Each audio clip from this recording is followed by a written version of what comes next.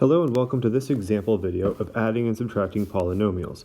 I want to do two quick examples for you. So in the first one, we're going to add some polynomials together. So let's say we have 5x squared minus 3x plus 8, and then we're going to add that to 4x squared plus 7x minus 13. Now when it comes to adding and subtracting polynomials, one quick thing we want to look at is what symbol are we doing here. After that, it's all about identifying like terms. And so like terms are the same variables raised to the same power.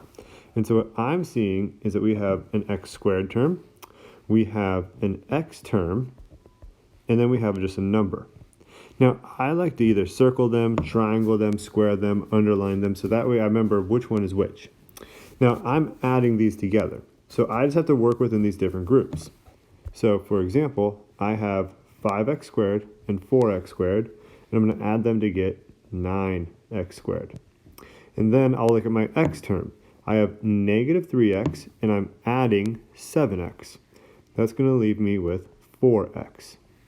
And finally, I have the numbers, positive 8, negative 13. When I combine those, I get negative 5. I want to take one final look, make sure that I don't have any more like terms, and I don't, so I have my final answer. Now let's look at one that's maybe a little more complicated. Actually, you know what? Let's use the same one, but this time we're going to put a minus here. So we have 5x squared minus 3x plus 8 minus 4x squared plus 7x minus 13. Now the big difference here is that we have this minus sign. And because of that, we're going to need to distribute it to everything on that right-hand side. And so what I'm going to do is distribute it, and I'm going to rewrite this so I can see what it is now. And so when I do that, this becomes a plus sign, but it's going to be plus negative 4x squared minus 7x plus 13. And let me delete this line here so we don't think we have a fraction. Now I'm doing the same thing I was doing earlier.